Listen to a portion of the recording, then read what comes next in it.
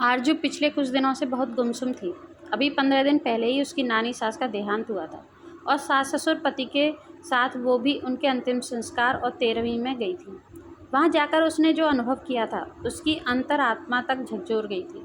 पिछले 8-10 दिन से उसे नींद तक नहीं आ रही थी। जब से उसकी शादी हुई अपनी सास को हर बात पर यही कहते पाया था, जब तक हम हैं हमारे हिसाब से रह लो, हमारे पीछे से कुछ करती रहना।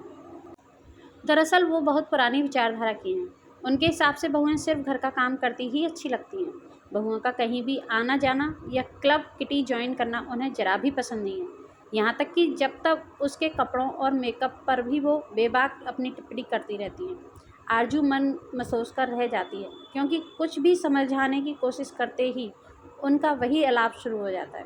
बेटा, मैं ये नहीं कह रही कि तुम गलत हो, पर हम लोगों को ये सब पसंद नहीं है। अरे जब तक हम हैं हमारे हिसाब से रह लो, हमारे पीछे कुछ करती रहना, अपनी मर्जी की ज़िंदगी जीना। आरजू लाजवाब हो जाती और एक अजीब से अपराध बोध से भी घिर जाती। धीरे धीरे उसने किसी बात की इच्छा रखना ही छोड़ दिया। कोई भी रिश्तेदार बुलाता तो वो खुद ही बहाने बना देती। मेकअप करना और यहाँ तक कि आईब्रो बनवाने तक में उसे झिझक लगने लगी। पर इस बार मामी जी की बातें उसके अंदर एक झंझावत खड़ा करके गई थीं। दरअसल ये जुमला उसकी नानी सास का इजाद किया हुआ था और मामी भी इसी जुमले की मारी हुई थी। नानी जी के उठावने के बाद सभी औरतें बैठी हुई थीं और आरजू बाहर से आए रिश्तेदारों से चाय नाश्ते की पूछ रही थी कि मामी सास की छोटी बहन ने धीरे से चुटकी ली। दीदी, अब तो मनमानी करने के दिन आ गए। आपकी सास के कहे मुताबिक अब आप अपनी पसंद की ज़िंदगी जी सकती हो। मामी जी की आंखें बरस पड़ी। अरे पागल, अब ना तो कोई अरमान बाकी है और ना ही हमारी उम्र। दोनों को शुगर हो चुकी है और मैं ब्लड प्रेशर की भी दवाई खाती हूँ। तेरे जीजा जी के घुटनों में अब दर्द भी रहने लगा है। अब कहाँ अपने अरमान निकालने जाएंगे इस उम्र में। आरजू तो सकते में आ गई। सही तो कहा मामी जी ने, दोनों लोग 50 के आसपास के हो चुके हैं। शादी की 25वीं एनिवर्सरी पर भी जब आरजू ने बधाई देकर उनका प्रोग्राम पूछा था तो कितनी मायूसी से मामी जी ने कहा था, अरे अम्मा जी को कहाँ पसंद है ये सब, घर पर ही रहेंगे हम लोग तो। उनके मायके वालों ने वहीं आकर सरप्राइज़ पार्टी दी तो उस पर भी मामी जी को बाद में बहुत ताने मिले थे। नंदों को नहीं बुलाया, पहले से पता होगा भोली बनती हो, पर हो नहीं, और भी न जाने क्या क्या। यही बातें उसे 8-10 दिन से परेशान कर रही थी। उसकी बहन अनीशा का फ़ोन आया तो वो ऐसे ही विचारों में खोई हुई थी। दुआ सलाम के बाद बहन चहकती हुई बोली, सुन, भाई ने अपने घर की सभी लड़कियों और बहुओं के लिए जिम कार्बेट में 2 दिन के लिए रिसोर्ट बुक किया है। मम्मी की 60वीं बर्थडे पर घर की 3 पीढ़ियां इकट्ठी हो रही हैं।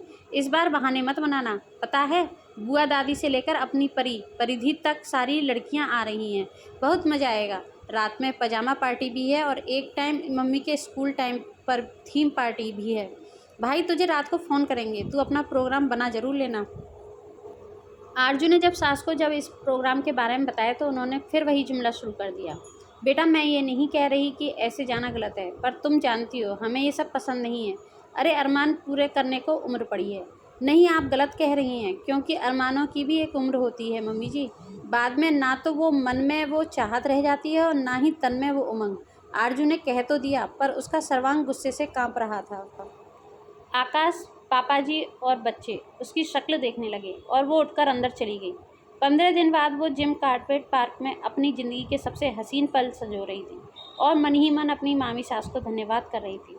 फ्रेंड्स, कई बार हम घर के बड़े बुजुर्गों की वजह से या फिर अपने बच्चों की वजह से अपने अरमानों को ये सोचकर मारते रहते हैं कि बाद में हम देखेंगे, जब बच्चे बड़े हो जाएंगे तब हम अपने अरमान पूरे करेंगे, या फिर जब हमारे घर की जिम्मेदारियां पूरी हो जाएंगी तब हम अपने अरमानों को पूरा करेंगे। लेकिन पता चलता है जब तक हम सारी चीज़ों से फ्री होते हैं तब तक ना हमारी उम्र रह जाती है अपने अरमानों को पूरा करने के लिए, ना ही हमारा शरीर हमारा साथ देता है।